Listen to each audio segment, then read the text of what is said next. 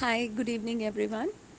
I'll welcome you all in the webinar program of data analysis.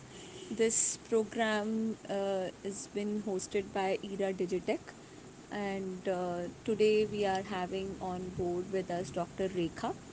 Dr. Rekha is a specialist in stats management, and she has done her PhD.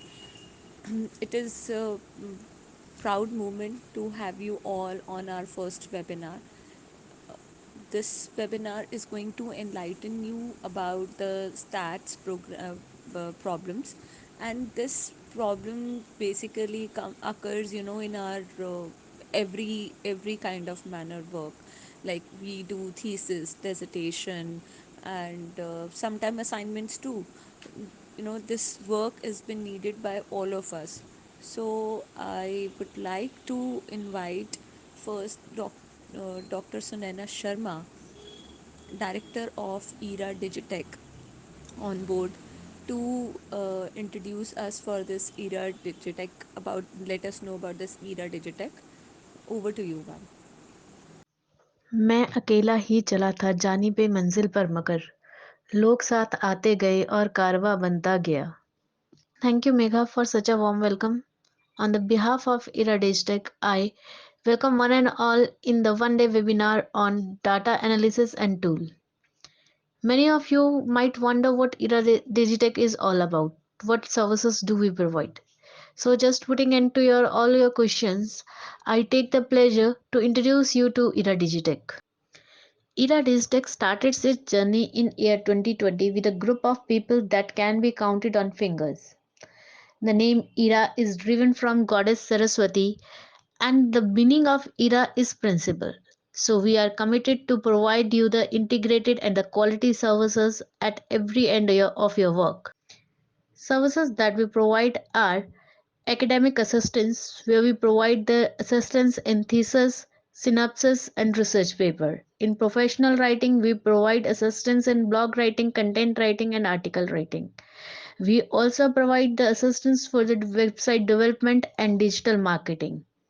During the journey of PhD, we provide the analysis support where we use SPSS, Python, and many other softwares for the analysis purpose. We write industrially also. Fistech has its outreach in many of the overseas countries. Like in Europe, we provide services in Germany, United Kingdom, France, Brazil, Sweden, Latvia.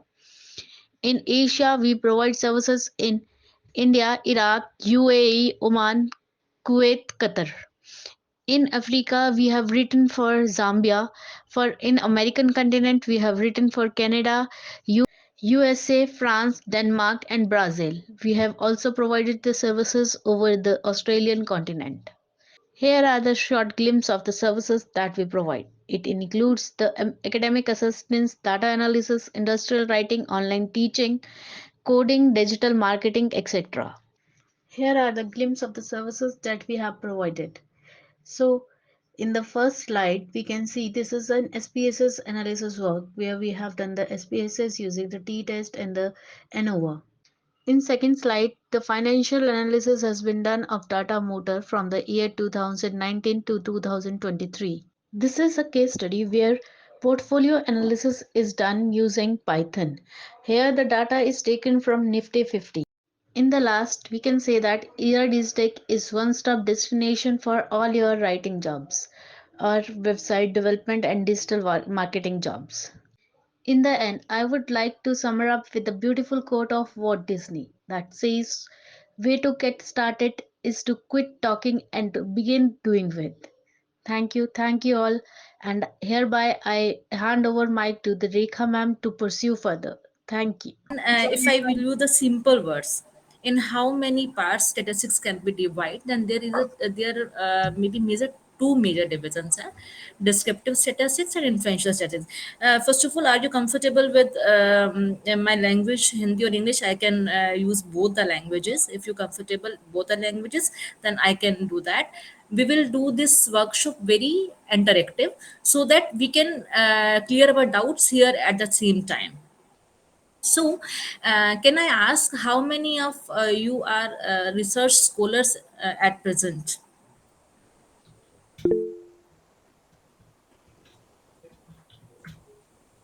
um, you can speak, or in between the workshop there is no thing that you Ma'am, can't speak. Yeah. three people has raised their hands.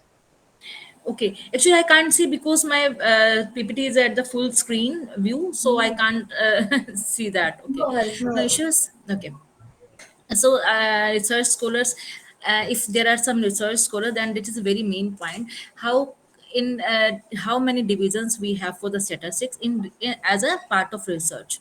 So there are two major divisions: descriptive statistics and inferential statistics. Can anyone tell me about that? What is descriptive statistics and what is inferential statistics? Just a basic knowledge if you have that. Descriptive statistics हम कब use करते हैं, and when we use the inferential statistics?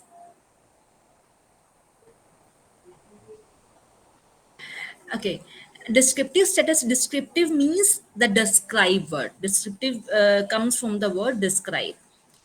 Describe means what is going on or what has done in the past. For example, if we want to collect the data, like how many people have killed in the Israel, for example, Israel war. So if I want to know about the just a report, how many people have killed in Israel war, Israel and जो अभी आप देख रहे हैं हम लोग कर रहे हैं, if someone go and just report that how for example 50 female, 100 male, 10 children, for example, this is a data. This is known as the descriptive statistics. In descriptive statistics, nothing is in our hand. हम सिर्फ उस data को record करते हैं, कुछ भी हमारे हाथ में नहीं होता. In descriptive statistics we just describe the data. हमारे हाथ में कुछ नहीं होगा, हम जस्ट डिस्क्राइब करेंगे कि क्या हुआ है, what has been done in the past, what is going on. No variable is in a hand. हम कुछ भी उसमें अपने आप में चेंज नहीं कर सकते. We have to just describe the data. For example, अगर आप अपनी पीएचडी थीसिस के लिए डाटा कलेक्ट करते हैं, उसमें जो आप फ्रीक्वेंसी बेस्ड काम करते हैं, frequency based, how many people of the male category you have, how many people category you have, how many people of age 20 to 30 you have, how many people have income in between the 10,000 to 20,000 per month. इस तरह का जो data आप करते हैं, that is a describing data. You are describing data. You can't change the income of the respondee, you can't change the age of respondee, you can't change the gender of respondee. It means you are just describing the data. आप जिनसे data collect कर रहे हैं, आप उनकी information को describe जब कर रहे हैं, that is known as a descriptive statistics. Nothing is our hand. We can't change anything in descriptive statistics. We just record the data and plot the data, or we can do the graphical interpretation in that. We can do the central tendency measures, that is mean, median, mode. बहुत बार हमें use करना पड़ता है. We will use standard deviation, that is measure of dispersion, जो हमें बहुत बार जरूरत पड़ती है डाटा को समझने के लिए. ओके, तो डिस्क्रिप्टिव स्टैटिस्टिक्स हम क्यों यूज करते हैं? क्योंकि हम डाटा को जानना चाह रहे हैं. देखिए, हम अगर हम किसी चीज पे काम करना चाहते हैं, हम डाटा पे काम करना चाहते हैं, अगर हम डाटा पे काम करना चाहते हैं तो हमें पहले उसके बारे में जानकारी होनी चाहिए. जानकारी हमें कैसे मिलेगी? जब हम उसके सेंट्रल टेंडेंसी के measures, that is mean, median, mode के बारे में पता लगा लेंगे. जब हम उनके स्टैंडर्ड डेविएशन मेजर्स के बारे में, डिस्पर्शन के मेजर्स के बारे में, कि डाटा नॉर्मल है या नहीं है, उसका क्या स्टैंडर्ड डेविएशन है, क्या उसका मीन है, क्या उसका मीडियन है, these all things measure the behavior of the data.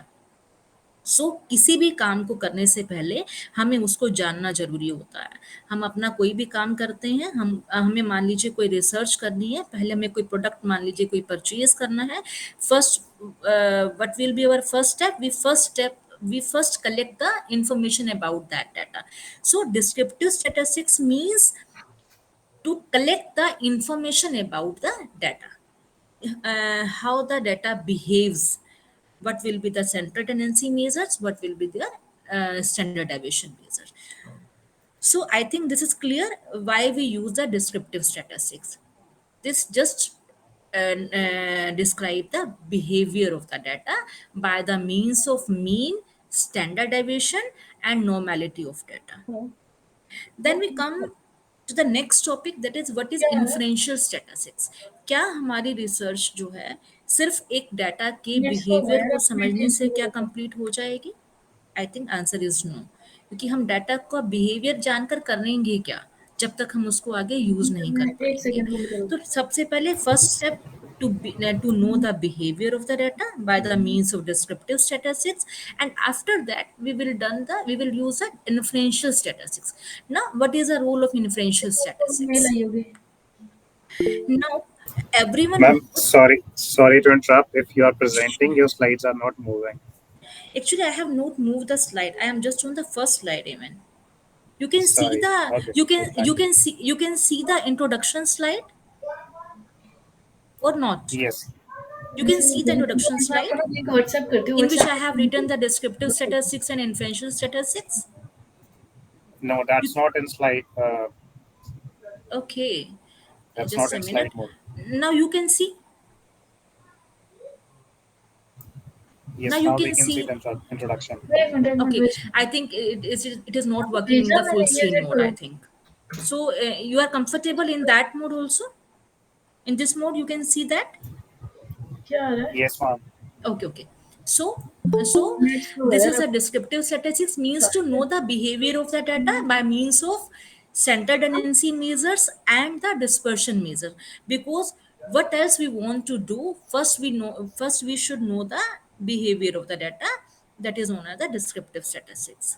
Now, what is the use of inferential statistics? Everyone know it is not possible to take census of every variable. हम किसी भी population, अगर हम कोई test लगाना चाहते हैं, कोई रिसर्च करना चाहते हैं, it is not possible to take each and every unit to our study.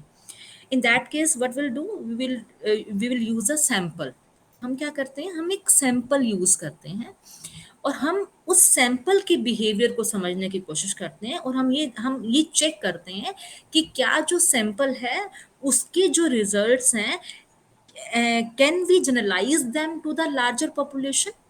For example, I am in Panipat city. Okay, I want to know that how many people of Panipat city read the newspaper Times of India. So we have to wage. या तो हम पानीपत की पूरी population को हम study करें और पता लगाएं कि कौन कौन से लोग टाइम्स ऑफ इंडिया न्यूज़पेपर पढ़ते हैं. Otherwise we can do one thing, we can take a sample. हम एक सैंपल ले सकते हैं और हम उस सैंपल के बेस पे हम उस रिजल्ट को जनरलाइज कर सकते हैं कि इस सैंपल से हमारा ये रिजल्ट आया है, तो इसका मतलब पूरी पानीपत की पॉपुलेशन का या दिल्ली की पॉपुलेशन का, जो भी हम सिटी ले रहे हैं, उस पे सेम रिजल्ट्स होंगे.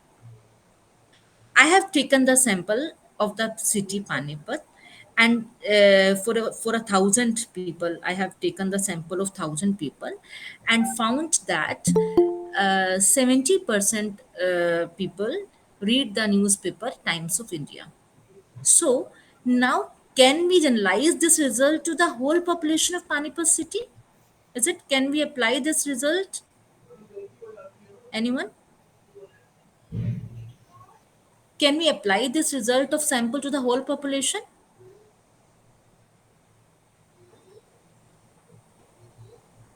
No, we can't do that, क्योंकि हमें नहीं पता कि सैंपल हमने कहाँ से लिया है.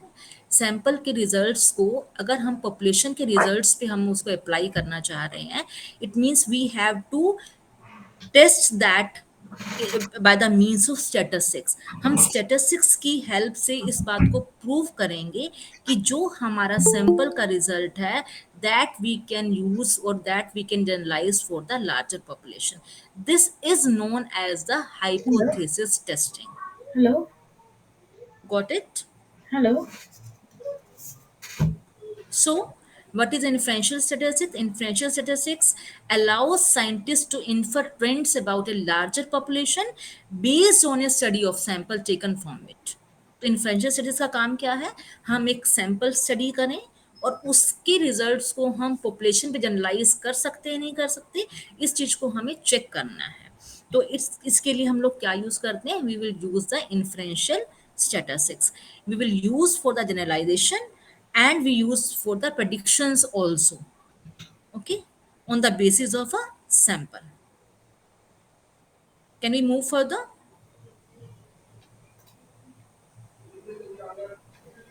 So Yes, please. inferential statistics have two main uses. It means the first, making estimates about population on the basis of sample. हम सैंपल के बेसिस पे हम एस्टिमेट करें पॉपुलेशन को. And second, testing hypothesis to draw conclusion, और हम conclusion निकालें कि yes, can we use this result to the population also. So we will have two main uses of inferential statistics. Today we will discuss about only the inferential statistics. Descriptive statistics is the different part and inferential is a different part. Today we will use data analysis tool we can use in the inferential statistics. For this, the first step is a hypothesis testing. Now, how many of you, if I want to know about what is hypothesis testing? Anyone? If we discuss within the workshop, then it will be definitely interactive and you will get many more things. Yes, anyone know about the hypothesis testing? Anyone?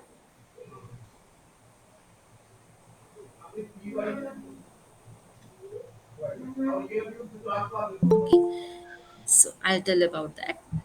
What is hypothesis testing? Hypothesis means the assumption. अब assumption क्या चीज है, हमें assumption क्यों लेना पड़ता है, assumption की हमें जरूरत क्यों पड़ती है. जैसे कि मैंने भी just I have taken example of times of India newspaper of Panipat readers in Panipat city. For example, I have taken this example. So now my question is that I have taken a sample of 1,000 people and I have I have observed that 70% people read Times of India newspaper. अब मेरी assumption है कि अगर sample में 70% लोग अगर times of India newspaper पढ़ रहे हैं, तो क्या मैं इसी बात को पॉपुलेशन पर क्या मैं अप्लाई कर सकती हूँ? आई एज्यूम मेरे पास दो बात हो सकती है. या तो मैं कहूँ कि अप्लाई कर सकती हूँ, यस, जो रिजल्ट सैंपल के है that will be the same result for the population, या रिजल्ट के पॉपुलेशन के रिजल्ट सेम होंगे या फिर नहीं होंगे. So we will take in that case two hypotheses. One is known as the null hypothesis and other is known as the alternative hypothesis. Now, what is null hypothesis? Null hypothesis is a statement which asserts that there is no difference between the sample statistics and the population parameter. इसका मतलब जो नल hypothesis हमेशा क्या कहती है, research scholars को always इस बात में कंफ्यूजन रहती है कि what is null hypothesis and what is alternate hypothesis. Null hypothesis हमेशा एक ही बात ध्यान रखिए, null means no difference. It means if we are comparing two samples or we are comparing sample with the population, then null hypothesis will only that there is no difference between the sample and there is no difference between the sample and the population. Always null hypothesis will be that there is no difference between the null hypothesis and the alternative hypothesis. There is no difference between the sample statistics and the population parameter. This is always we will use the statement for the null hypothesis. And what is alternative hypothesis? This is just opposite to the null hypothesis. It means if the in null hypothesis we have stated that there is no difference between the sample and the population, then in case of alternative hypothesis we will state that there is a difference between the sample and population parameter. It means जो result हमने sample से निकालने हैं that will not be applied to the that cannot be applied to the population. Alternate ये कहेगा, null hypothesis कहेगा कि जो हमने सैंपल से रिजल्ट निकालने हैं that can be applied to the population. So this is known as the hypothesis testing. अब हमने अजम्पशन मानी है लेकिन इसको हमें टेस्ट करना है. अब टेस्ट कैसे करना है, स्टेटिस्टिकली टेस्ट कैसे करें, इस बात को आपने अगर आप लोगों ने याद हो, हम लोगों ने मैथमेटिक्स पढ़ा था 10th तक, तो हमारे पास कुछ थ्योरम्स आती थी जिन्हें हमें प्रूव करना होता था. तो उसमें हम फर्स्ट एक लाइन यूज करते थे, लेट अस अज्यूम दैट. फिर हम एक अजम्पशन मानते थे, उस पे वर्कआउट करते थे और लास्ट में हम उसे हेंस प्रूव कर देते थे. The same thing is here. First we assume, then we will test with the means of test statistics, and then we will give the conclusion. The null hypothesis सबसे पहले assume करेंगे that there is no difference between the sample and population parameter. Now time is to use the test. Before going to the test statistics, I have can you see my slides? Does anyone give me the answer? Can you see my slides? Yes, ma'am. Okay. Yes, ma'am. Okay, now you can see one slide on hello the in front of you. That is what is causal relationships. अच्छा मैं भेज कि रही हूँ आप अगर इनमें से कोई मैनेजमेंट के स्टूडेंट्स हैं या किसी मैं और खुद के भी भेज रही हूँ स्टूडेंट्स हैं, एक्चुअली तो कोई आपको पता है नहीं हम आजकल कोई भी हम थीसिस या ठीक रिसर्च है वर्क करते हैं, हम सबसे पहले एक हम ठीक कंसेप्चुअल है कोई नहीं फ्रेमवर्क रेडी करते हैं. ओके, उस कंसेप्चुअल फ्रेमवर्क से ही हमें मालूम चलता है which type of hypothesis we ma'am should कर दिया assume. Okay, so in this slide I have taken three types of relationships. The very first, gender and income level. This is a very direct and causal relationship. In this relationship we want to know the impact of gender on the income level. We want to test कि हम क्या test, अगर इसमें अगर मैं hypothesis की बात करूं तो इस फर्स्ट वाली रिलेशनशिप में हाइपोथेसिस क्या बननी चाहिए? Can anyone guess? Can anyone guess what should be the hypothesis in gender and income level? The first direct causal relationship.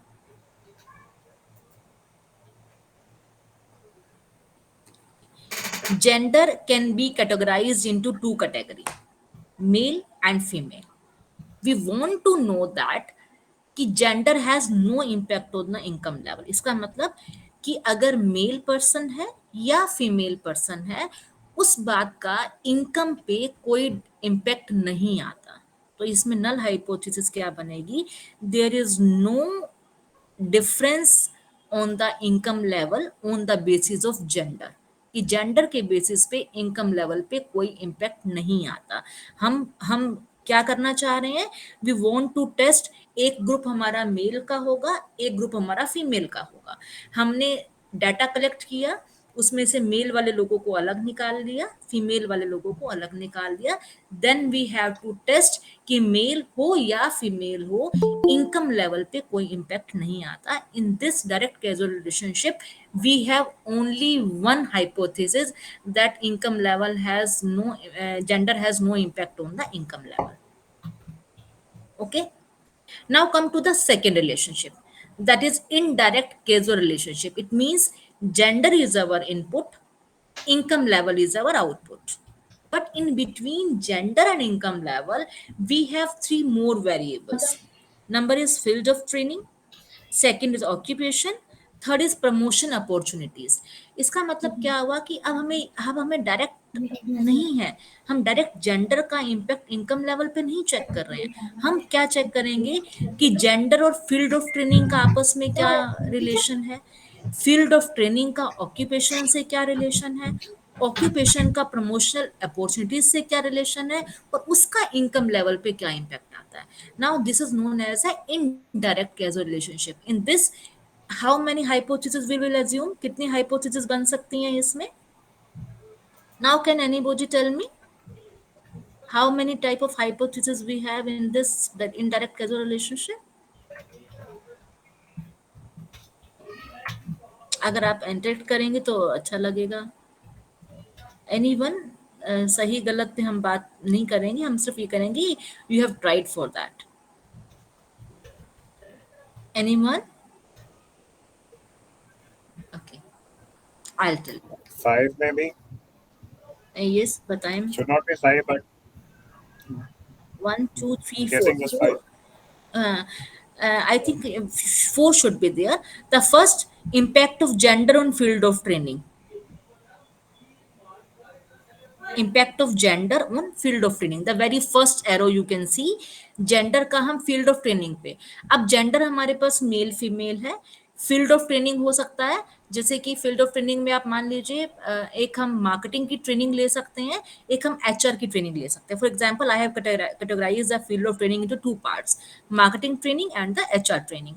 अब हमें ये देखना है कि मार्केटिंग और एचआर की ट्रेनिंग पे जेंडर का कोई इम्पैक्ट पड़ता है क्या। ऐसा तो नहीं है कि मेल जो है वो ज्यादा मार्केटिंग को प्रेफर करते हैं या फीमेल जो है वो एचआर ट्रेनिंग को ज्यादा प्रेफर करते हैं, है ना। आप तो सब फर्स्ट सुन पा रहे हाइपोथेसिस हैं क्या आप बन मुझे? सकती है, gender has no impact of field of जी ट्रेनिंग, मैम, कि वो कोई मेरी फर्क बात नहीं लीजिए ना पड़ता आपसे मार्केटिंग रिगार्डिंग की दैट ट्रेनिंग मीटिंग, है तो या मीटिंग एचआर हैज की बीन ट्रेनिंग है, started, you can mail please join female it का अप। कोई इम्पैक्ट नहीं आता। This we can use a first क्या है, हाइपोथेसिस, वी लिंक कैन भेज, अस्यूम। लिंक भेज दिया आपको व्हाट्सएप पे सेकंड, ना? हम सेकंड एरो पर जाएंगे।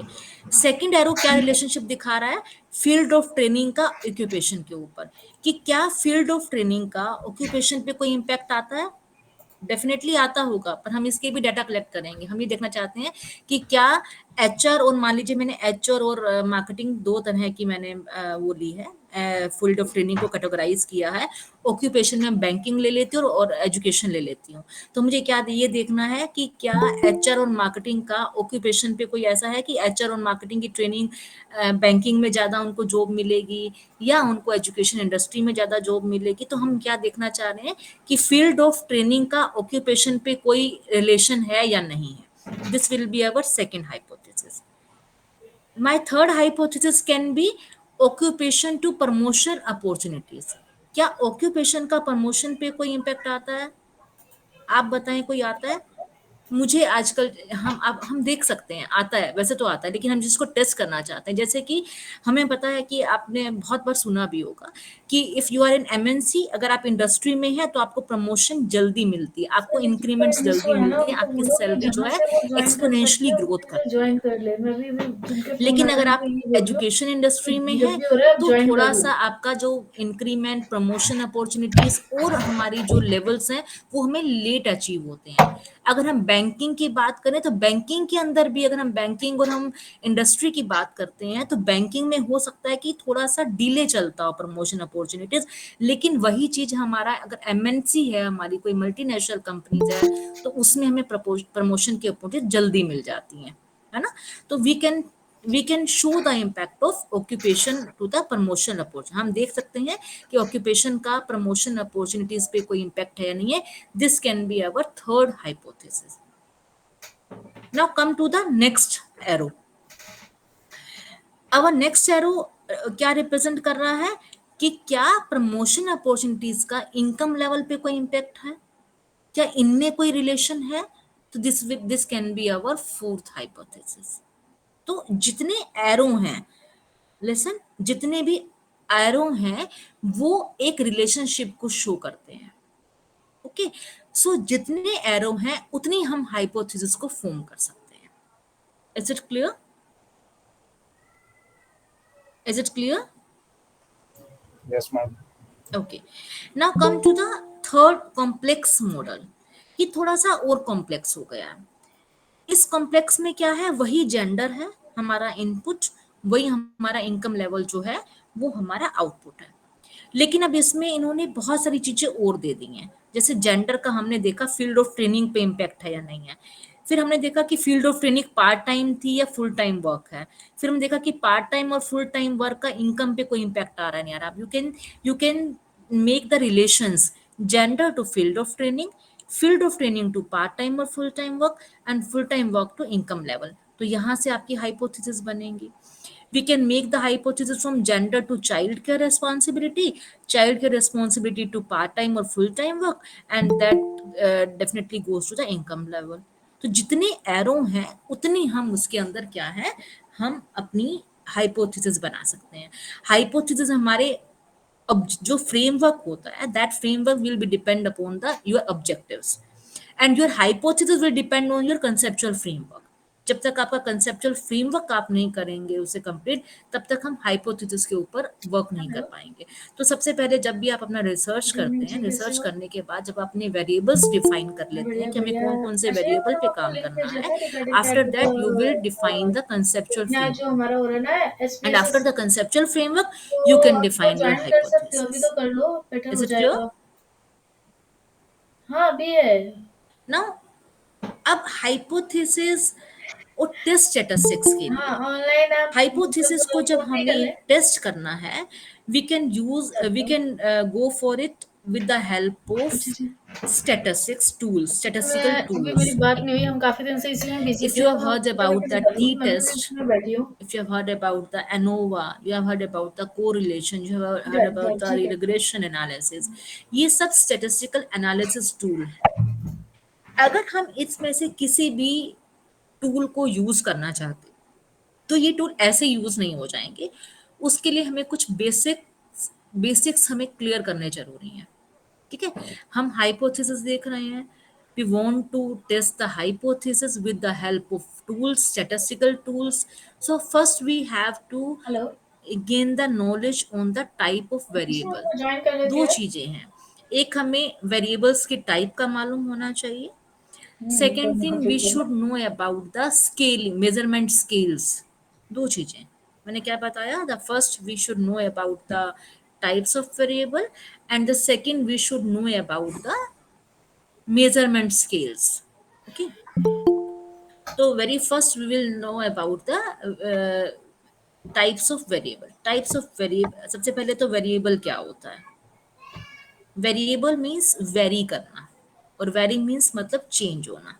इसका मतलब जो चीज चेंज होती है, that is known as a variable. जैसे कि for example our age constant thing नहीं है. एज हमारी चेंज होती रहती है, तो एज इज अ वेरिएबल. हमारी इनकम लेवल ऐसा तो नहीं कि जब हमने प्रोफेशन अपना स्टार्ट किया और एंड तक हमारा सेम रहेगा, ऐसा भी नहीं है. जैसे जैसे हम अपना प्रमोट होते जाएंगे, हम अपनी स्किल्स को एनहांस करते जाएंगे, डेफिनेटली हमारी इनकम भी इंक्रीज होगी. तो income is also a variable. Temperature change होता है, temperature is also a variable. तो जो चीज चेंज होती है, जो चीज वेरी करती है, that is known as a variable. Now अब हमारी रिसर्च में किस किस तरह के वेरिएबल यूज होते हैं. The very first variable is a dependent variable. Dependent, it is very much clear from the name, जो डिपेंड करता है.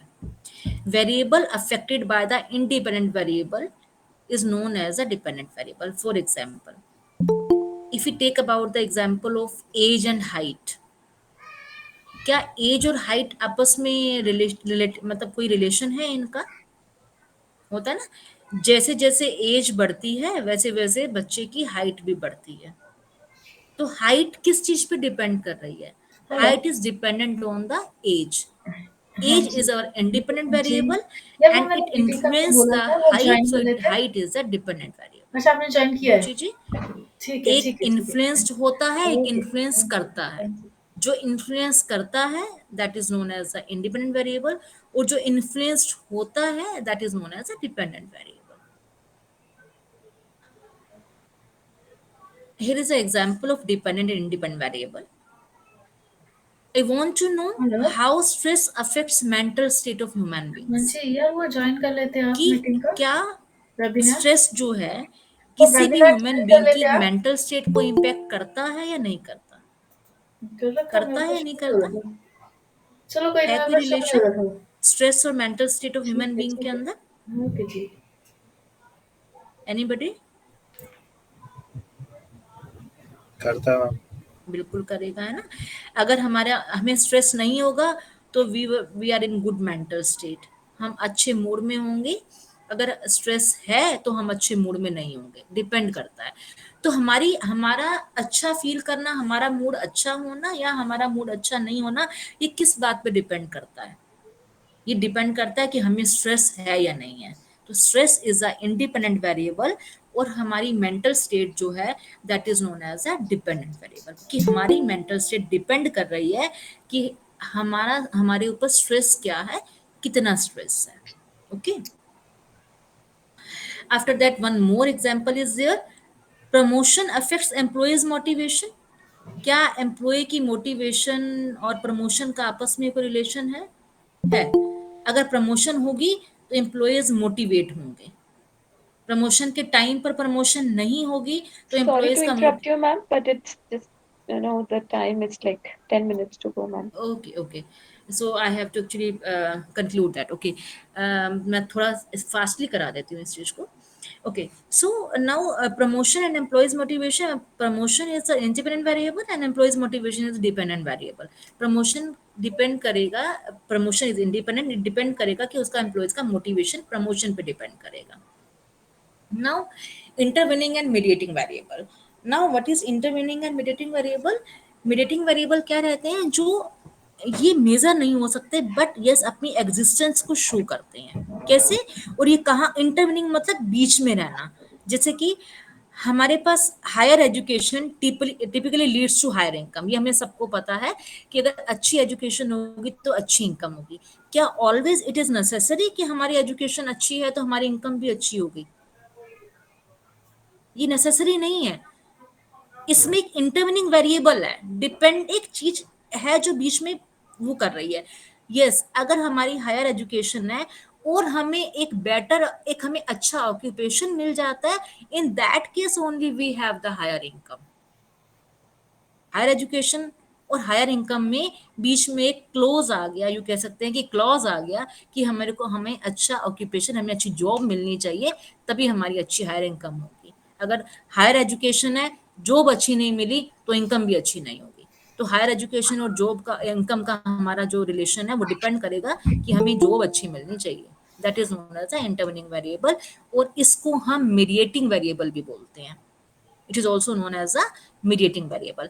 This is very important variable in our conceptual framework. अगर हम कुछ, कोई भी हम अपना रिसर्च वर्क करते हैं, it plays very important role. Now, categorical variable. What is categorical variable? Categorical variable जिसके हम categories बना सकते हैं. हम categories किसकी बना सकते हैं? हम बना सकते हैं, जैसे जेंडर है, जेंडर की कैटेगरी हो गई male and female. Marital type की, जो हमारे डेमोग्राफिक रहते हैं, मैरिटल टाइप की, मैरिड है, अनमैरिड है, सिंगल है. पेमेंट मेथड की, कि वो कैश ऑन डिलीवरी कर रहे हैं या वाया वाया क्रेडिट कार्ड कर रहे हैं या वाया डेबिट कार्ड कर रहे हैं. तो पेमेंट में जिसको हम कैटेगराइज कर सकते हैं, that is known as a categorical variable. Discrete variable, also very important thing to know. Discrete means which cannot be taken into fraction, जिसको हम फ्रैक्शन में नहीं दे सकते. जैसे कि number of complaints. Number of complaints कैसी आएंगी? एक आएगी, दो आएंगी, तीन आएंगी, फोर आएंगी, फाइव आएंगी, सिक्स आएंगी. 5.5 complaints has no meaning. 1.1 complaint has no meaning. Persons की बात करें, 5%, 6%, 7%, 5.5% हैज नो मीनिंग. तो इसका मतलब जिनको हम फ्रैक्शन में नहीं ले सकते, that is known as a discrete variable. Okay. In contrast of this, we have the continuous variable. Continuous variables means जिनको हम fractional ले सकते हैं, जैसे कि age, जैसे कि height. Height मैंने कहा कि 5.5, 5.51, 5.52, 5.53, 5.6, 5.7, we can take another fraction. Okay, so this is known as a age is continuous variable, but number of person, gender is not a continuous variable. Gender is a discrete variable because we can't take into the fraction. Age we can taken into the fraction, so it is a continuous variable. तो age हमारी continuous variable है and gender हमारा discrete variable है. Again, one more important variable, that is the moderating variable. Moderating variable जो कि एक independent और dependent की रिलेशनशिप को स्टिमुलेट करता है, उसको बढ़ाता है, एक रिलेशनशिप को एनहांस करता है, उसे हम लोग क्या बोलते हैं? Moderating variable. So we have an example here. In a consulting firm, the management is looking at the option of introducing flexi time work schedule. Okay, तो इसमें अगर कोई मैनेजमेंट ये सोच रही है कि हम फ्लेक्सी टाइम वर्क शेड्यूल करते हैं, तो देयर इज इसका आउटपुट क्या रहेगा? आउटपुट हम ले रहे हैं कि उसकी independent variable flexi time work schedule. Output dependent variable is individual productivity. अगर हम फ्लेक्सी टाइम रख देंगे तो जो ह्यूमन की, जो इंडिविजुअल है, उसकी प्रोडक्टिविटी इंक्रीज हो जाएगी. बट इसके अंदर भी कुछ क्लोज हो सकते हैं. क्लोज क्या हो सकता है कि अगर हम फ्लेक्सी टाइम वर्क शेड्यूल करेंगे तो इंडिविजुअल की जॉब सेटिस्फेक्शन बढ़ जाएगी, और जॉब सेटिस्फेक्शन बढ़ेगी तो हमारी प्रोडक्टिविटी भी क्या हो जाएगी? बढ़ जाएगी. It means job satisfaction is our intervening variable. But अगर यही वाला केस वुमेन के ऊपर अप्लाई कर दिया जाए तो ये चीज और प्रोडक्टिविटी और एनहांस हो जाएगी in case of women. So women employees is known as the moderating variable here. Got my point? This is very important point in our thesis. अगर हम कोई अपना conceptual framework बताते हैं तो mediator and moderator ऐसे variables हैं जिनमें almost कई बार confusion हो जाती है. तो intervening, yes, anybody want to ask something? Intervening variable means जो एक चीज के इंडिपेंडेंट डिपेंडेंट की वेरिएबल की जो हमारी रिलेशनशिप है उसके बीच में रहता है और जो मॉडरेटिंग होता है वो एनहांस करता है relationship. Um okay with this? उसके बाद ये कुछ और है जो इनके जरूरत नहीं है, हमें ज्यादा मीडिएटिंग और मॉडरेटर की जरूरत पड़ती है. उसके बाद हमारे लेवल ऑफ मेजरमेंट्स हैं जिसमें हमारे पास mainly nominal, ordinal, interval ratio 4 तरह के स्केल है जो हम अपनी मेनली हमारे रिसर्च में यूज होते हैं. नॉमिनल का मतलब ये होता है कि doesn't anything about the value of the number, it is just a naming of number. जैसे आपने देखा होगा कि हमारी क्रिकेट टीम में हम हमेशा देखते आए हैं कि धोनी की जो महेंद्र सिंह धोनी है उनकी टी शर्ट पे 7 नंबर लिखा होता है. डजंट मीन 7 मीन्स कि वो 7th नंबर पे जाएंगे. It is just a tagging. हम टैग कर रहा है, उसने उनको सिर्फ नेमिंग करी है. हम अपने रिसर्च में मेल को एम से टैगिंग कर देते हैं, फीमेल को एफ से टैगिंग कर देते हैं. इससे हम मेल को एफ से भी कर सकते हैं, फीमेल को एम से भी कर सकते हैं. उस चीज से कोई मतलब नहीं, जस्ट टैगिंग है, just it is a label. उसको हम लोग बोलते हैं nominal scale. Ordinal scale it's a second level of measurement. Ordinal के अंदर हम लोग रैंक देते हैं. रैंक जैसे कि अगर हम किसी क्लास के बच्चों की परफॉर्मेंस की बात करते हैं, 98% वाले को फर्स्ट रैंक आई है, 97 वाले को सेकंड रैंक आई है, 80 वाले को थर्ड रैंक आई है. एक बच्चे के 98% मार्क्स हैं, एक के 97 है और थर्ड वन के 80 हैं. अब 80 वाला और 97 वाले में कितना डिफरेंस आ गया, पर कोई स्टूडेंट ही नहीं था बीच में, इसका मतलब लेकिन थर्ड रैंक तो उसी को मिलेगी. तो ऑर्डिनल स्केल में क्या रहता है, जो भी हम लोग कैटेगराइज, जैसे हमने यहाँ लिया total agree, agree, neutral, disagree, totally disagree, इनके बीच में जो गैप होता है that should not be equal. वो इक्वल नहीं हो सकता, जरूरी नहीं कि वो इक्वल हो. जैसे कि 98 और 97 में 1% मार्क्स का डिफरेंस था, बट 97 और 80 वाले में 17 मार्क्स का डिफरेंस था. लेकिन रैंक तो है, ऑर्डर तो है कि वो फर्स्ट है, वो सेकंड है, वो थर्ड है. तो ऑर्डिनल के अंदर जो डिफरेंस होता है बीच में कैटेगरीज में, जो डिफरेंस होता है that need not be equal. But अगर हम इंटरवल स्केल की बात करें, उसमें और ऑर्डिनल स्केल में सिर्फ एक ही डिफरेंस है. इंटरवल स्केल में जो गैप होता है बीच में कैटेगरीज के बीच में दैट शुड बी इक्वल. जैसे कि 90, 90 से पहले 85, 85 से पहले 80, 80 से पहले 75. हर बार मैं कितने का डिफरेंस ले रही हूँ, 5 का डिफरेंस ले रही हूँ. तो जो बीच का डिफरेंस है that should be equal. This is known as a interval scale. Now come to the ratio scale. Ratio scale के अंदर ये ऐसे समझ में नहीं आएगा रेशियो स्केल. एक छोटी सी बात मैंने आगे डिफरेंस लिखी है, it will be more clear with these statements. Interval scale में को हम कभी भी नेगेटिव में मेजर नहीं कर सकते. सॉरी, नेगेटिव मेजर हो सकता है, जैसे कि हम टेम्परेचर है, नेगेटिव डिग्रीज में मेजर, -5 डिग्री, -10 डिग्री हम नेगेटिव ले सकते हैं. इंटरवल स्केल में हम नेगेटिव पे जा सकते हैं. रेशियो स्केल में सारी प्रॉपर्टीज इंटरवल वाली होती है, जो बीच का डिफरेंस होता है वो सेम रहता है. ठीक है, लेकिन इसके अंदर हम लोग जीरो से नीचे नहीं जाते. जैसे हम किसी की इनकम की बात कर रहे हैं, can we take any one income as a negative? We can't take it. So income is our ratio variable, but temperature will take it as a interval scale.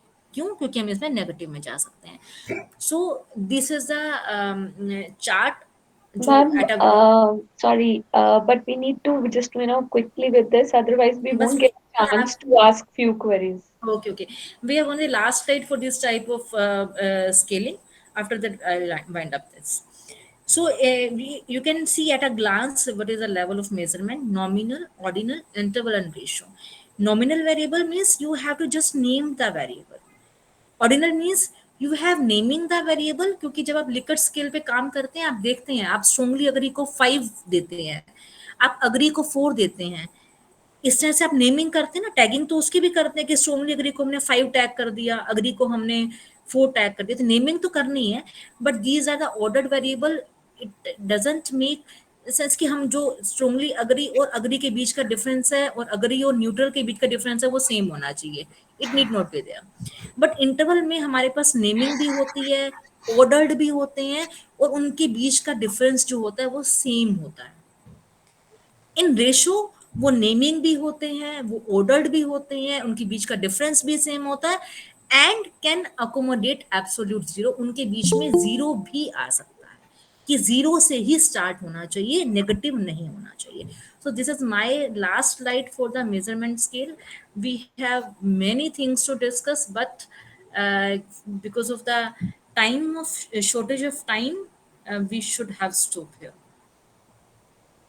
Thank you so much. Now, open for question and answer. Anybody is having any doubt or some query which would like to discuss with ma'am or any point, so please go ahead.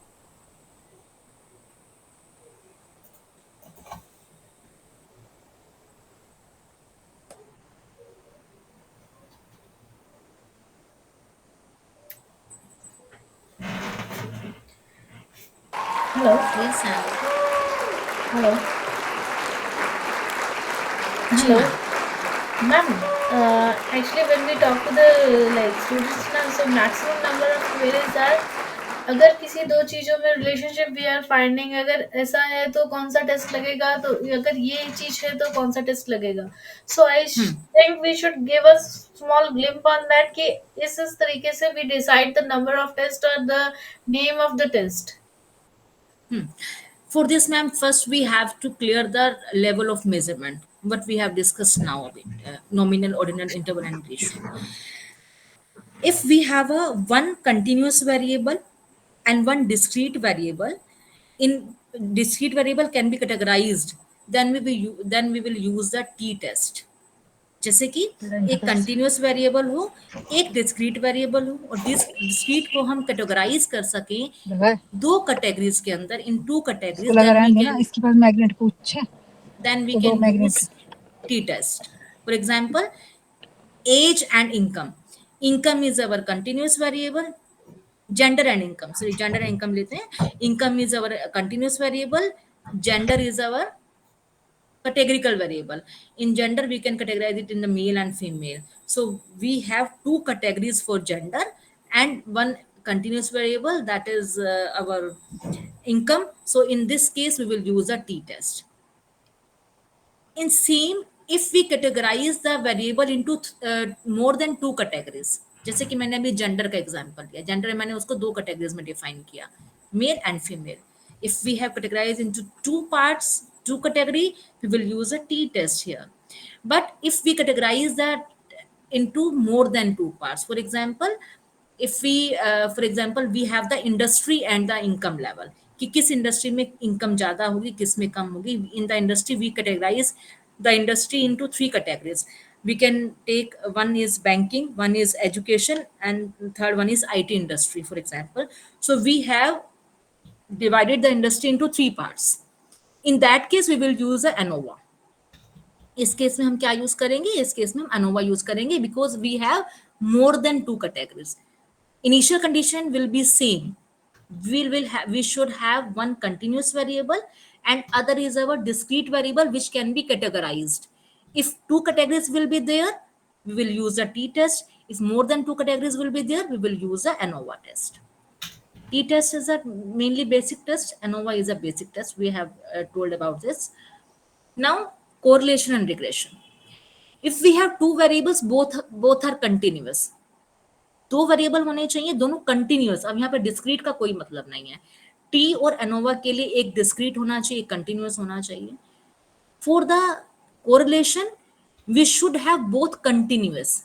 हमें दोनों ही continuous variable चाहिए, and we want to know the relationship between that two variables. We want to know the relationship between, then we will use the correlation test. उस case में हम लोग correlation test use करेंगे, but we should have both the continuous variable here. Continuous नहीं है तो we can't use a correlation test. After that, regression is main one. Okay, Bhaskar, Mr. Bhaskar, you want to know something? You want to ask? You have raised your hand. Yes ma'am, regression का ही पूछना था, कब हाँ, use regression. करें? Yes, regression. For the regression, same we should have the continuous variable both. No use of discrete variable till now. दोनों ही हमारे पास क्या होने चाहिए? Continuous variable. कंटिन्यूअस मैंने अभी आपको बताया which can be taken into the fraction only. Fraction जिसमें ले सकते हैं उसको हम कंटिन्यूअस वेरिएबल कहते हैं. जैसे कि मैंने आपको एज बताया, that is known as a continuous variable. अगर हमारे पास दोनों वेरिएबल कंटिन्यूअस है, आपको रिलेशनशिप देखनी है, you will use the correlation. लेकिन अगर आप एक का इंपैक्ट दूसरे के ऊपर देखना चाहते हैं, उस केस में we will use the regression. It is known as a predictive model. Predictive model, impact of one variable to the other variable. In this case, we should have defined independent variable and dependent variable. Correlation में no use to define independent कौन है, dependent. We should have the two continuous variable. We can use a correlation. But अगर आपको regression करना है तो दोनों continuous होने चाहिए.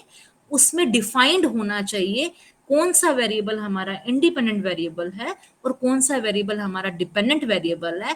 फिर हम इंडिपेंडेंट वेरिएबल का इंपैक्ट किसके ऊपर देखते हैं? डिपेंडेंट वेरिएबल के ऊपर देखना चाह रहे हैं. In that case we will use the regression only. Am I clear? Yes ma'am. Yes, ma'am. Just to know the relationship, we use the correlation.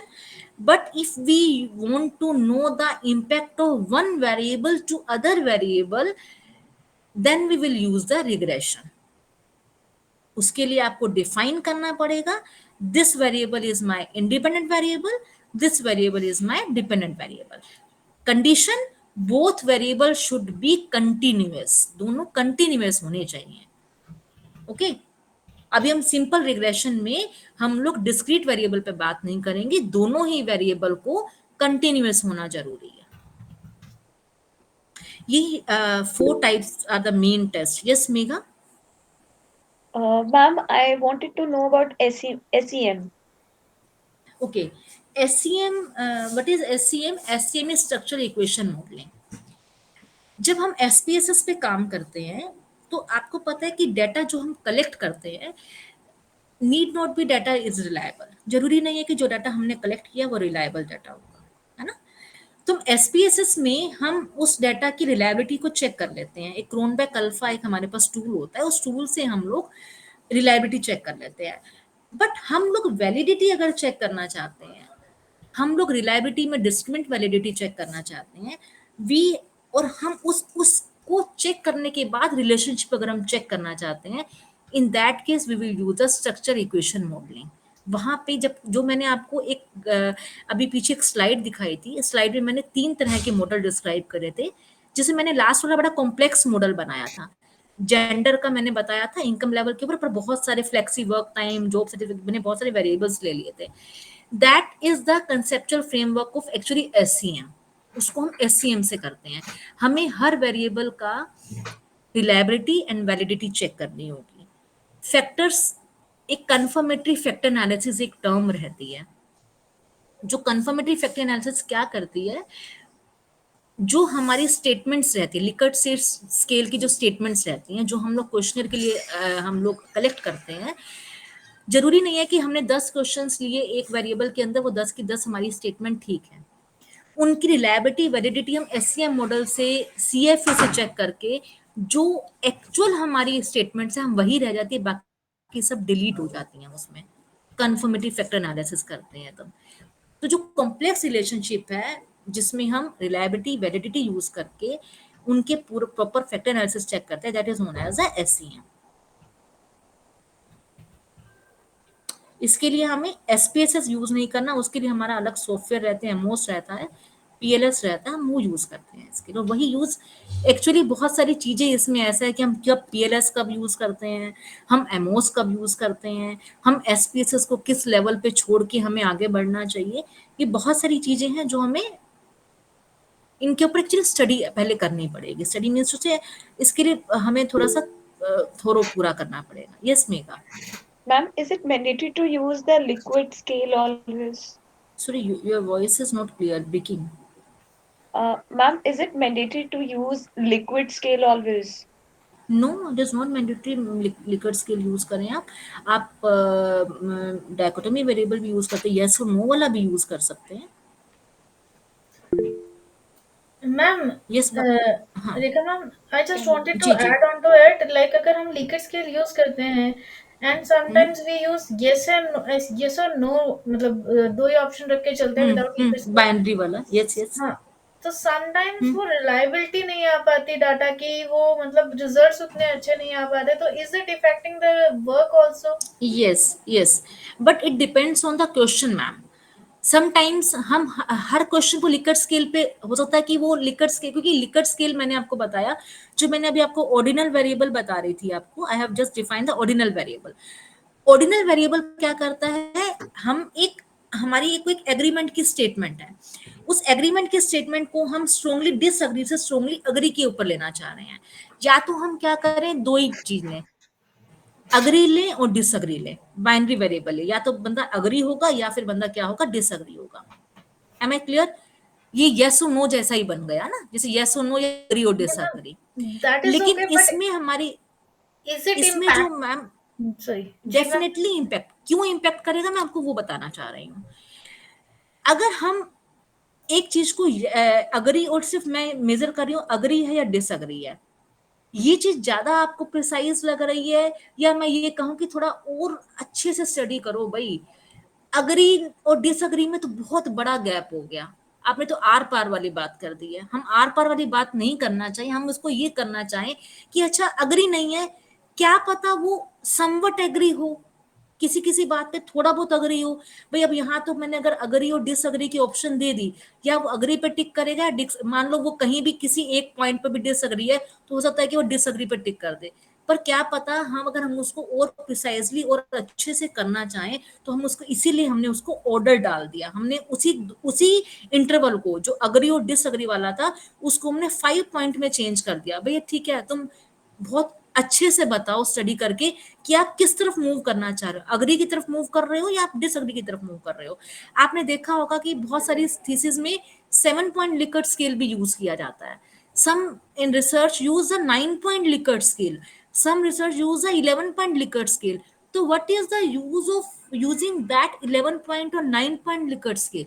उसका मतलब यह है कि हम डाटा को बहुत प्रिसाइजली चेक करना चाह रहे हैं कि वो पर्सन एक्चुअली कहना क्या चाह रहा है। हम यस नो आर पार की बात नहीं करना चाह रहे। अगर हम आर पार की बात करेंगे, डेफिनेटली वो डाटा रिलायबल नहीं होगा, लेकिन हम उसको कितनी ऑप्शंस दे रहे हैं कि आप अग्री के कितने नजदीक है, आप डिसअग्री के कितने नजदीक है। इसीलिए हमने उसको इंटरवल को थोड़ा सा उसके इंटरवल्स बढ़ा दिए, ताकि हम करेक्ट इंफॉर्मेशन ले पाए। यस नो अग्री डिसअग्री में करेक्ट इंफॉर्मेशन नहीं आ पाएगी। Am I clear at this point? Yes ma'am. Bhaskar? Ma'am EFA और CFA में क्या डिफरेंस होगा? EFA is known as the exploratory factor analysis, okay, and CFA stands for the confirmatory factor analysis. अब दोनों में difference क्या है? Sometimes when you use a literature survey, जब आप लिटरेचर करते हैं, आप क्वेश्चनर जब बनाने लगते हैं, क्वेश्चनर के अंदर आप क्वेश्चनर कैसे बनाते हैं? आप अपनी रिसर्च कर रहे हैं, आप रिसर्च करते हुए आप लिटरेचर सर्वे करते हैं, बहुत सारे थीसिस पढ़ते हैं, बहुत सारे पेपर्स पढ़ते हैं, फिर वहां से हम क्वेश्चनर अपना बना लेते हैं। फॉर एग्जाम्पल, मुझे एक क्वेश्चनर देखना है आफ्टर सेल सर्विसेज के बारे में, मैं कुछ कलेक्शन करना चाह रही हूँ डाटा की आफ्टर सेल सर्विसेज, या हम ये कहें कि हम लोग ये करना चाह रहे हैं कि किसी चीज को एक कस्टमर अट्रैक्ट कैसे होता है, अट्रैक्शन वाले पॉइंट्स क्या हैं। अट्रैक्शन वाले पॉइंट में आपने पॉइंट ले लिए कि डिस्काउंट्स दे दीजिए, 1 get 1 स्कीम दे दीजिए, आफ्टर सेल सर्विसेज अच्छी दे दीजिए, उनके कस्टमर को जब वो कॉल करें तो उनके कॉल का तुरंत जवाब दीजिए, उनको फोन करके फीडबैक लेते रहिए। मैंने 5 क्वेश्चन ऐसे आपको बता दिए। समटाइम्स होता क्या है, हमने इन 5 जब हमने इस पे हमारे पास फैक्टर एनालिसिस में हमारे पास एक साथ 40 क्वेश्चंस मान लीजिए आ गए। मुझे किसी कस्टमर का सेटिस्फेक्शन का डाटा कलेक्ट किया, उस सेटिस्फेक्शन को लेके मैंने 40 क्वेश्चंस अपने बना लिए। Now I have 40 questions in all. मैंने कोई फैक्टराइजेशन नहीं करी, मेरे पास 40 क्वेश्चन है कस्टमर के सेटिस्फेक्शन के लिए। ईएफए से मैं क्या कर पाऊंगी, ईएफए से मैं उन 40 क्वेश्चंस को अलग अलग ग्रुप में बांट सकती हूँ। मैं उस पे ईएफए लगाऊंगी, उससे मेरे पास अलग अलग फैक्टर्स निकल के आ जाएंगे। फैक्टर्स निकल के आ जाएंगे जैसे कि क्वेश्चंस जो आफ्टर सेल सर्विसेज के रिलेटेड थे वो इकट्ठे एक ग्रुप में आके मेरे पास मुझे मिल जाएंगे। जो मेरे अट्रैक्शन पॉइंट थे, जो मेरे उनको कस्टमर को अट्रैक्ट करने के जो पॉइंट से उनका ग्रुप मेरे पास अलग बनकर आ जाएगा। मतलब 40 क्वेश्चंस जो है वो ग्रुप में डिवाइड हो जाएंगे आफ्टर ईएफए। 5 ग्रुप बन जाए, 6 बन जाए, 3 बन जाए, 4 बन जाए, 5 बन जाए, ईएफए लगाने के पास मेरे पास ग्रुपिंग बनकर आ जाएगी।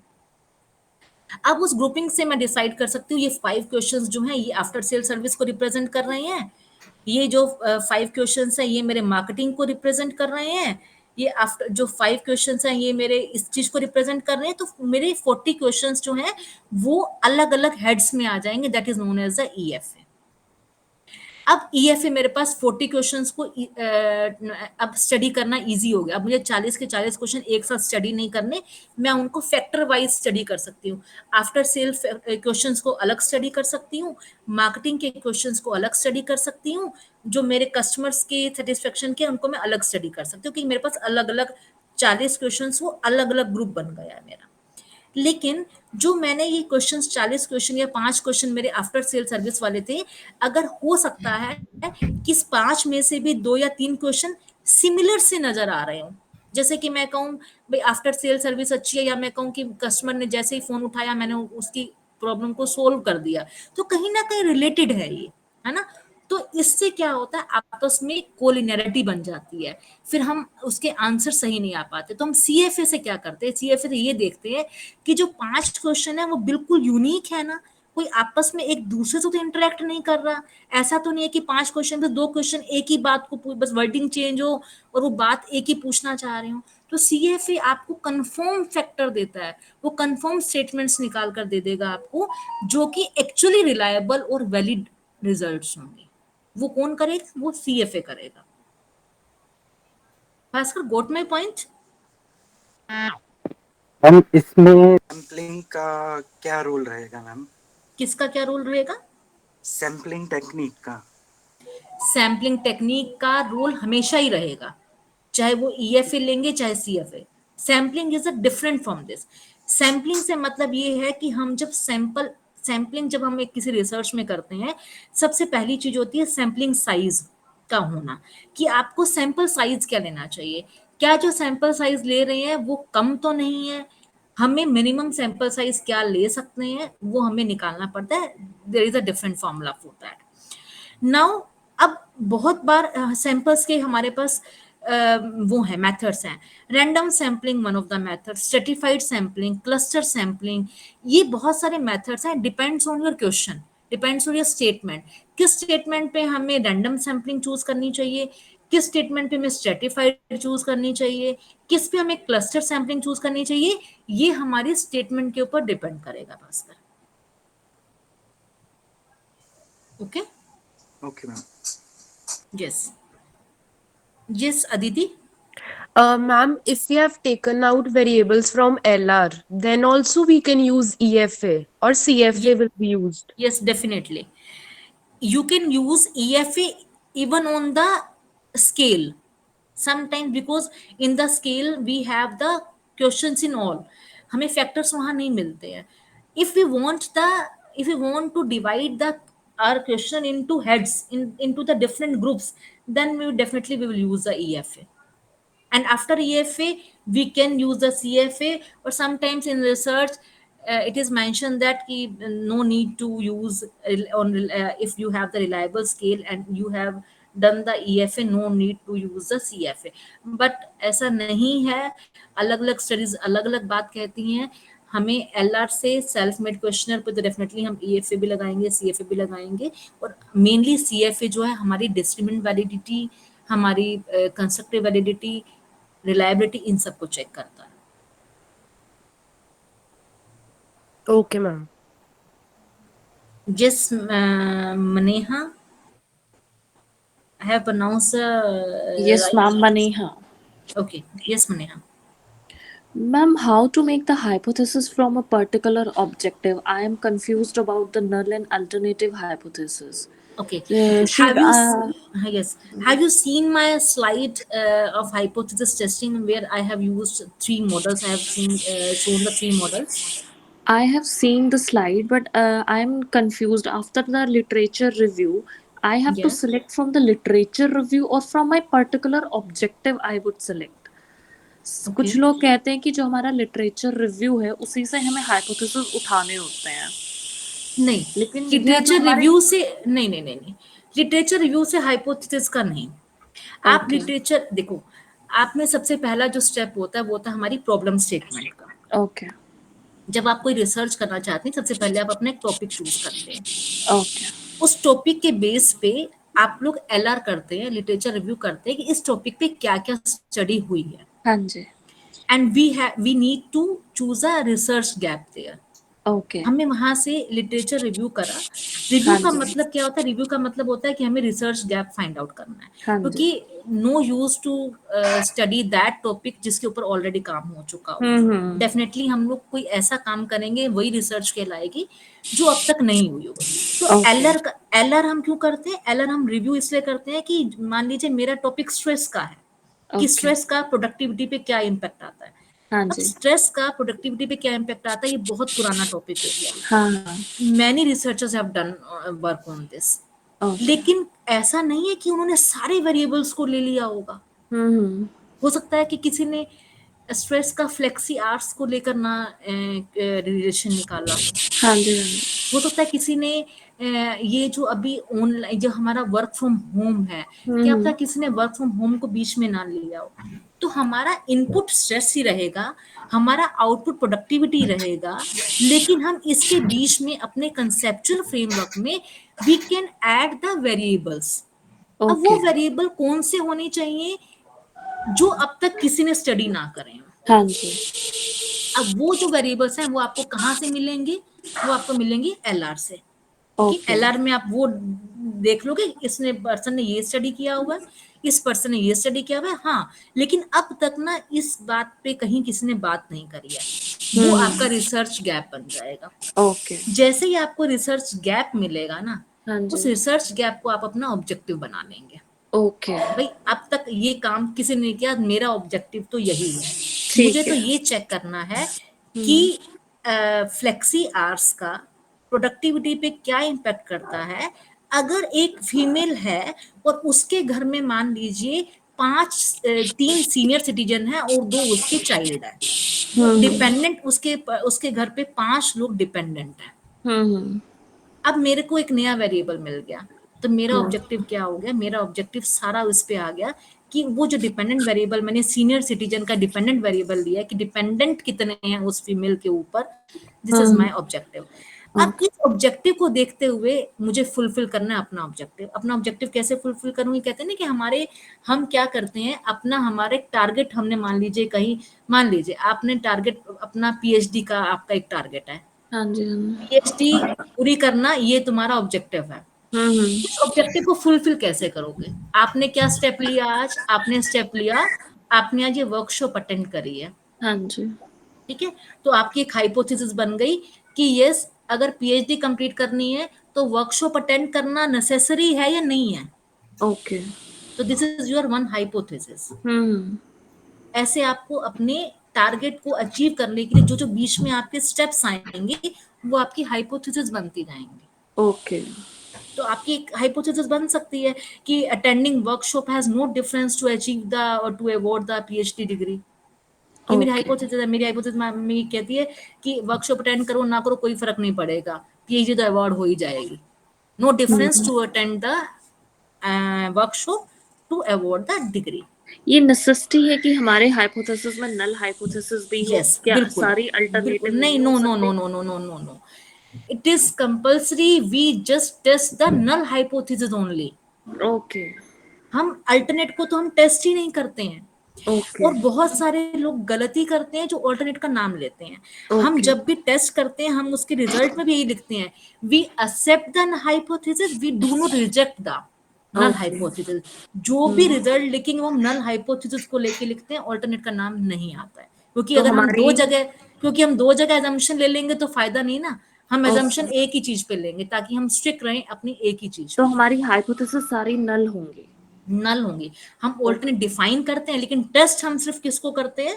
नल सिर्फ और सिर्फ नल को करते हैं। क्योंकि ओके अगर आप दो जगह पाँव फंसाएंगे अपने, कहते हैं ना, कहीं भी नहीं पहुंच पाओगे। हाँ हाँ एजम्पशन तो एक ही होगी। एजम्पशन अगर आपने दो ले ली तो फिर हम कैसे ओके काम कर पाएंगे? तो एजम्पशन एक ही होएगी, that will be our null hypothesis only. Okay ठीक okay, okay thank you yes Himanshu जी।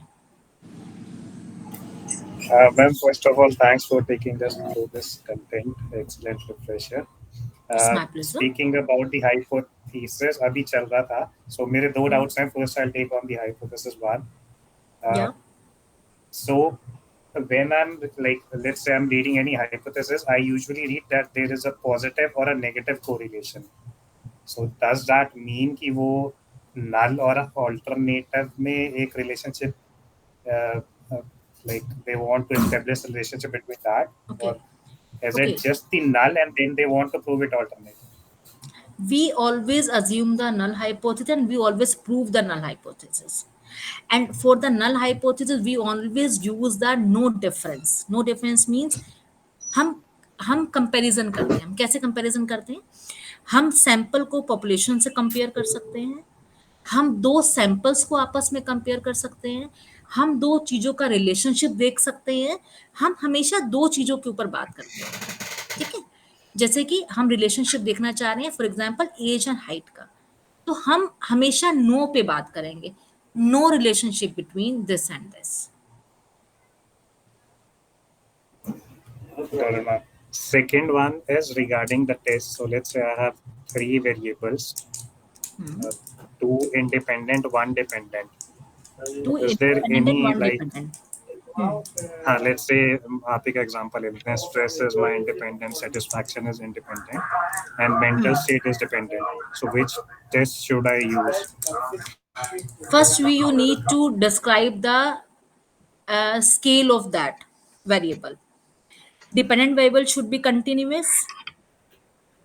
अगर आपके इंडिपेंडेंट वेरिएबल है कंटिन्यूअस, तो हम जाएंगे रिग्रेशन पे। हम कहाँ पे जाएंगे? रिग्रेशन पे। रिग्रेशन मीन्स टू से कि we will show the impact of one variable to another variable, one independent to another variable. लेकिन अगर आपके जो इंडिपेंडेंट वेरिएबल है, अगर वो आपके डिस्क्रीट वेरिएबल है, then we will go for the ANOVA और MANOVA. if we have the independent variable as the discrete variable category. That's why I have firstly explained the level of measurement, discrete है या continuous है या categorical है।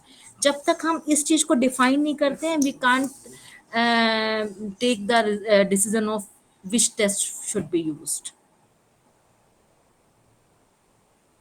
There are so But many ma'am, tests. like Actually, there are two variables types of कैसे tests. decide करेंगे? हाँ, variables कैसे decide करेंगे? मैंने इससे पहले आपको बताया था एक डिस्क्रीट और कंटिन्यूअस के बारे में। डिस्क्रीट वेरिएबल मैंने बताया कि जिसको हम फ्रैक्शन में नहीं ले सकते, जिसकी हम सिर्फ कैटेगरी बना सकते। जैसे मैंने आपको बताया gender, how many people involved in this, 5 people involved in the case, 10 people involved in the case, so 10.2 people, we can't say 10.2 people. So this is a discrete variable. If it is discrete variable, then we can categorize it. तो हम उसकी category बना सकते हैं। लेकिन जैसे stress को हम किस कैटेगरी में रखेंगे? Like I Stress want to should- ask stress- stress stress- satisfaction अगर ये हो। या stress should be in continuous, क्योंकि स्ट्रेस को हम मेजर कर सकते हैं। स्ट्रेस का स्केल होता है। आप अगर कहीं चेक करें, स्ट्रेस का स्केल चेक करेंगी तो कोई ना कोई मेजरमेंट आपको डेफिनेटली मिल जाएगी कि हमारा अगर मेंटल स्टेट अच्छी है तो हमारा स्ट्रेस लेवल 20 होना चाहिए, 22 होना चाहिए, 19 होना चाहिए, 18 होना चाहिए। So that can be measured in fractions. If we can measure the variable in the fraction, then we can say it is a continuous variable. Got it, ma'am. Clear. मैंने भरा था कहीं पे अपना stress level, so it's more clear. Thank you. तो वहां पे stress का स्केल आया होगा आपके पास। Yeah, 0 to 10. हाँ, And I had to answer by given a particular number. particular you have the particular questionnaire, perceived stress scale. Actually, there are Cohen research is that there is a perceived stress scale. Two types of scales are there, short scale and also the long scale. In long scale we have 40 questions for the perceived stress, and the short scale we have 11 questions. That is a reliable scale even. So we can measure our stress from that scale even. That is a continuous variable. Understood, ma'am. Okay. Yes, Aditi. Ma'am, if we have taken moderator demographics like age, income, and gender between dependent and independent variable, Yes. then which test should be used? एक test का इसमें we have to use a first of all SEM here. Okay. Okay. In that SEM we will use we can show the impact of that monitoring variable to that relationship. Independent to dependent relationship क्या है, उसके ऊपर moderator क्या impact कर रहा है, that is known as a moderator analysis. Okay, ma'am. For So regression, it definitely to know the impact of independent to dependent, we always use a regression analysis. But for moderator, what is the impact of moderator variable, we have to use a moderator analysis in which regression is always calculated. Okay ma'am. And ma'am मतलब जो moderators और mediator है ये सारे SCM में ही मतलब जी tool से ही होते हैं। ऐसा नहीं है। एसपीएसएस में भी एसपीएस प्रोसेस मैक्रो करके एक सॉफ्टवेयर है, एसपीएसएस का जो एडवांस में प्रोसेस मैक्रो आता है, प्रोसेस मैक्रो के अंदर भी हम लोग मीडिएटर और मॉडरेटर एनालिसिस कर सकते हैं। ओके। एसपीएसएस का एक एडवांस्ड अगर आप एक फंक्शन है प्रोसेस मैक्रो करके, we can do the okay monitor immediate and that from that tool also. Okay ma'am. Okay.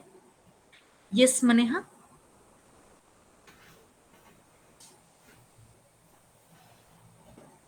Any doubt, Maneha? I think earlier she has raised the hand. Ma'am, actually, I just have two doubts. Number one is Yes. when like doing that synopsis work, na, some universities ask for null hypothesis and some goes for alternate hypothesis. So is there any thumb rule like we should go like while defining a hypothesis in the synopsis, it should be a null hypothesis or it should be alter? It should be null hypothesis, ma'am. Okay.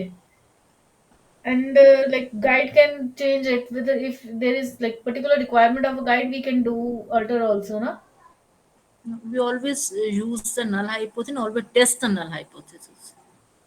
Okay. Thereafter ma'am जब हम लोग बात करते हैं factor analysis की, आपने बताया ईएफए and CFA से आपके जैसे फैक्टर्स आते हैं, thereafter you confirm with CFA. So the thing Yes. Is sometimes क्या होता है like what student does is कि वो during their synopsis they find the factor, they do the modeling also. So उसके बाद वो मतलब उनका ऑब्जेक्टिव भी रहता है कि हम लोग फैक्टर फाइंड करेंगे, we will find the factor and उसके बाद हम लोग मॉडल बनाएंगे। So is this the right way और this the wrong way? Ma'am एक बार क्या आप क्वेश्चन रिपीट करेंगे? मैम जैसे हम लोग मतलब ऑब्जेक्टिव सिलेक्ट करते हैं ना, तो sometimes what student does is वो लोग क्या कहते हैं अपने लाइक सिनॉप्सिस में ही फैक्टर भी डिफाइन कर देते हैं, मॉडल भी डिजाइन कर देते हैं, ठीक है? ठीक है। बट उनके ऑब्जेक्टिव सेज कि हम लोग इसमें बाद में जाके we will find out the factor that is impacting so and so thing and we will create the Yes, ma'am. Model also. Yes, yes, ma'am. जो हम देखो जो LR से मॉडल निकल के आता है दैट इज और कंसेप्चुअल फ्रेमवर्क, हम्म, ठीक है, पर ये जरूरी नहीं है कि वो जो हमने मॉडल बनाया है वो रिलायबल मॉडल हो। उसको हम चेक करते हैं CFA से, और CFA कई बार मॉडल में चेंजेस लेकर आते हैं। वो कई बार फैक्टर्स को, जैसे मॉडरेटिंग वेरिएबल है, अब मॉडरेटिंग वेरिएबल कहाँ पे इम्पैक्ट कर रहा है ये कई बार हम लोग को CFA से मालूम चलता है। तो चेंजेस हो सकते हैं after CFA, minor changes can be there. नहीं मैम, माय क्वेश्चन इज कि जैसे हम लोग अपना सिनॉप्सिस बना रहे हैं ना, there I define that this is my dependent variable, these are my independent variable, ठीक है, right. and my objective says to find out the factors impacting the stress in so and so work management ta? So when I am defining the factors and the objective says to find out the factors, so this is a contradictory statement. So is this okay, or is this should not be allowed? मतलब आप ये कह रहे हैं कि आपने LR से factor निकाल लिए, हाँ, LR से निकाल लिए या किसी तरीके से, मतलब फैक्टर निकाल के हमने फैक्टर सिनॉप्सिस आपके में पास मेंशन कर डाल दिया दिए। कि ये मेरे फैक्टर्स रहेंगे, हम्म और ऑब्जेक्टिव कह रहा है to find out the factors. नहीं नहीं नहीं, ऐसा नहीं होगा ना, फिर तो गलत हो जाएगा मैम। जब आपने LR से आपने पहले सिनॉप्सिस में डाल ही दिए हैं, फिर आप ऑब्जेक्टिव नहीं ले सकते ना टू आइडेंटिफाई द फैक्टर्स। तो that Okay, is already what you I. have done that. Already you have done that work from the LR. So इधर इट शुड बी लाइक हम लोग वो टू फाइंड हम आउट द फैक्टर, हम और we it should can, be factors are so and so. no ma'am, we can do one thing. We can do the CFA on that. We can do that. Not okay EFA, but we can do CFA. Okay. Yes, Aditi. Ma'am, same thing what ma'am said. In my internal Viva also, I have already taken out the variables or factors from LR. So Okay. for my first objective was to just validate those factors. It But means that you should use the CFA there, yes, ma'am. not EFA. But the panel said that you have to write to study the factors and you will be using EFA even if you have taken out the variables or factors from LR. I think no need to use EFA there. Only That's why only I just CFA will be there. मैंने तभी आपसे ना अभी starting में यही वाला question तभी पूछा था कि हम और फैक्टर अगर अगर LR हम से अदिति, अगर आप रिसर्च स्टडीज देखेंगे ना, यस रिसर्च मैम में बहुत बार पर्टिकुलर लिखा होता है कि CFA सिर्फ तब यूज होगा जब आप LR से EFA फैक्टर्स लेते हैं तो। और बहुत क्लियरली कई कई जगह तो ये भी लिखा हुआ है कि EFA के बाद CFA नहीं लगाना चाहिए। हमें जो LR से फैक्टर्स मिलते हैं हम उसके ऊपर CFA लगाते हैं। राइट मैम बट ये आप ये CFA इस की जब बार स्टडी करेंगे वहां देखिए बात बहुत क्लियर लिखी हुई है वहां पे। राइट मैम बट अभी जैसे मेरा जो वाइवा था उसमें उन्होंने स्पेशली मुझसे अब दोबारा मतलब चेंजेस उसमें करवाए हैं दोबारा ऑब्जेक्टिव में कि you have to write the first objective to study the factors even if you have given your model even if you have taken out the factors you will be using EFA and then you will be using CFA. Many studies says that don't use the CFA after the EFA, only will use CFA on the factors you have taken from the LR only। ऐसा भी बहुत सारी studies में लिखा हुआ है, but depends on the research guide, but at per my knowledge CFA will use can be used from the LR factors। Right ma'am. Okay.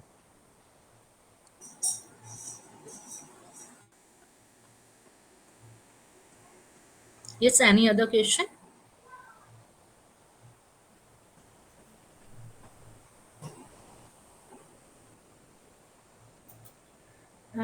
I guess, ma'am, there is no more question.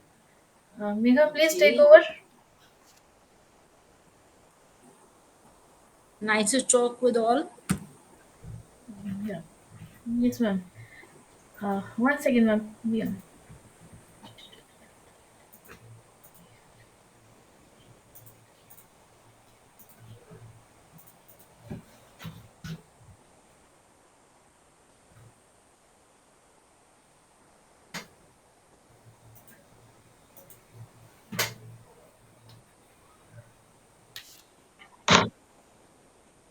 Yeah, anyone, any other questions?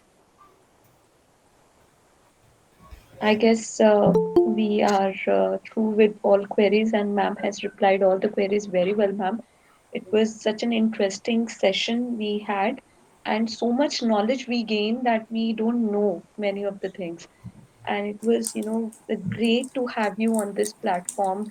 We got so much of knowledge and received, so much enlightenment on this topic. I would like to convey my thanks on behalf of Era Digitech to you, and Thank you, Megha. I also and would all, like to thank Sunana ma'am for such a good platform where we can interact with each other. Thank you, ma'am, and being the part of and your I would district. like to also convey my special thanks to Jatinder ma'am, Bhaskar sir, Deepak sir, and all the other participants who are there. Some students who has been interacting with ma'am and asked so many queries, which also help us to gain some knowledge about us. That what kind of situation they face and what exactly happening around with the teachers when they are asking few questions. So all of you have a great audience, and ma'am, especially, you guided us well. So, and one more thing is to all the participants, those who are keen to have the certificate of this webinar, will be shared the links with you shortly on your email. Please fill those links and send it back. And then the participants' certificates will be issued shortly. Thank you so very much. Thank you, everyone. Thank you for patient listening. Thank you all. And we'll see you in the next webinar soon. Thank you, ma'am. Well, that was my next Thank question. you, ma'am.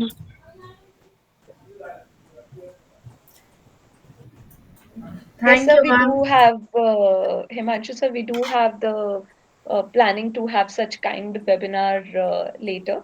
We'll definitely update you on this. Okay, ma'am. Excellent. Thank you so much. Okay, ma'am. On the behalf of Eredis Tech, I thank you all for being the part of this webinar. Thank you. We will see you soon later. Thank you. Oh, Okay. Thank you okay, all.